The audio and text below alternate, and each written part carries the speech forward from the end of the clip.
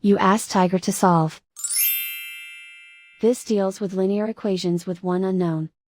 The final result is v equals 3. Let's solve it step by step. Swap sides. Group all constants on the right side of the equation. Add 7 to both sides. Simplify the arithmetic.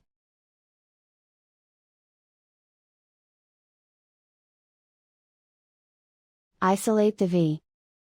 Divide both sides by 3. Simplify the fraction. Find the greatest common factor of the numerator and denominator.